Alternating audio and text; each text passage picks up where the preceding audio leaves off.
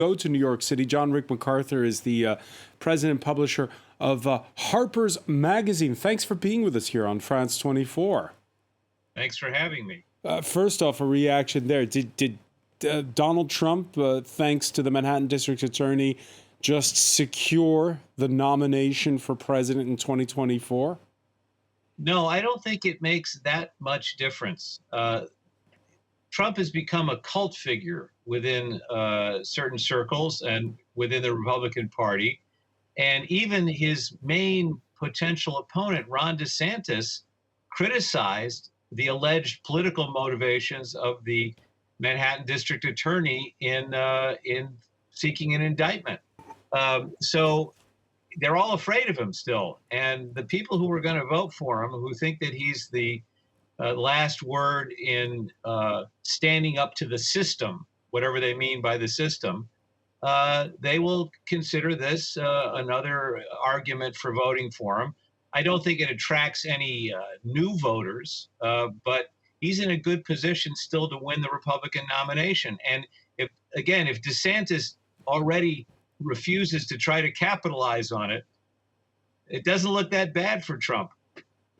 And we have those reactions, and you heard our correspondent mention, for instance, the fact that the Speaker of the House of Representatives has weighed in on Twitter, Kevin McCarthy, saying that the Manhattan District Attorney had, quote, irreparably damaged our country in an attempt to interfere in our presidential election. Irreparably, he says.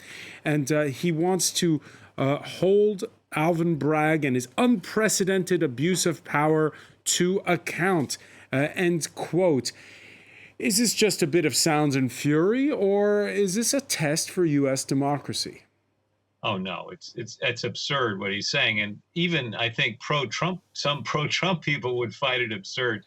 You know, the political nature of this is evident. I mean, remember, district attorneys, state prosecutors are elected in the United States. They're not appointed. Federal prosecutors are appointed.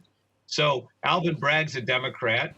You could argue that if Bill Clinton were in the same position, and he wasn't that far away, he's in a similar situation with Monica Lewinsky, Alvin Bragg wouldn't have, if he'd done the same thing, Alvin Bragg wouldn't have sought an indictment against him.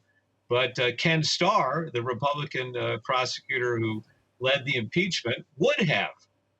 It depends on where you're coming from. And I'm sure that Bragg and his colleagues considered the political implications of this indictment. Now, remember, it's important to remember that this doesn't rise to the level of a major crime, at least not yet.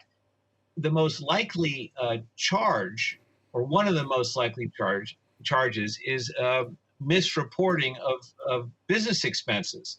And that's a misdemeanor. If it involves a violation of campaign finance laws, it could rise to a felony. But we don't know yet. And if he's fighting a misdemeanor or a felony, I mean, if it's a felony prosecution, he can negotiate a guilty plea on a misdemeanor. Yeah, all these things are possible. And even if the campaign finance charges, arguably, it's not in the same league as trying to fix the vote in the 2020 election.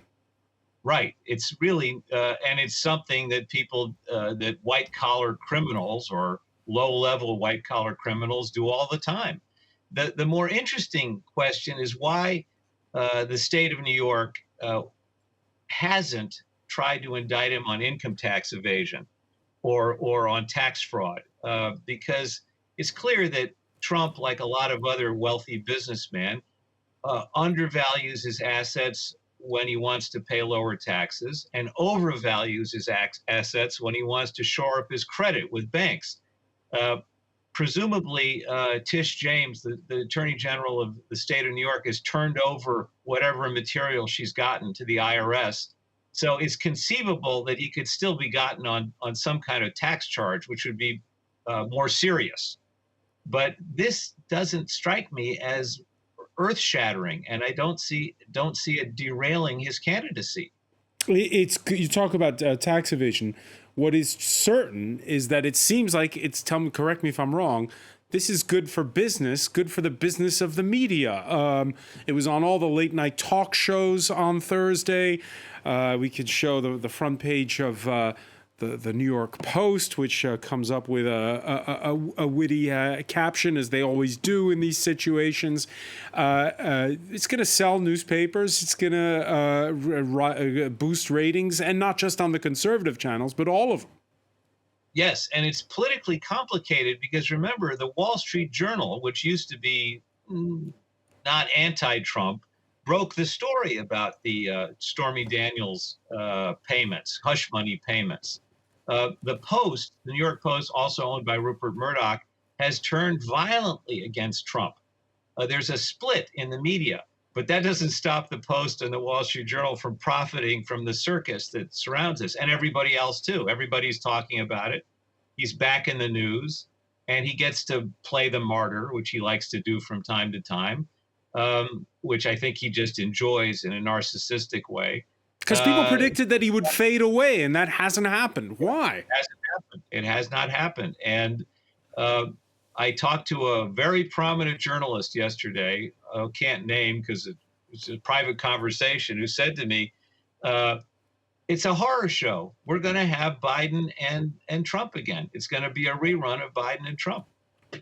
He's convinced that Trump will get the nomination, and I don't think he's wrong. John Rick MacArthur, a publisher of Harper's Magazine. Many thanks for being with us here on France 24. Thanks for inviting me.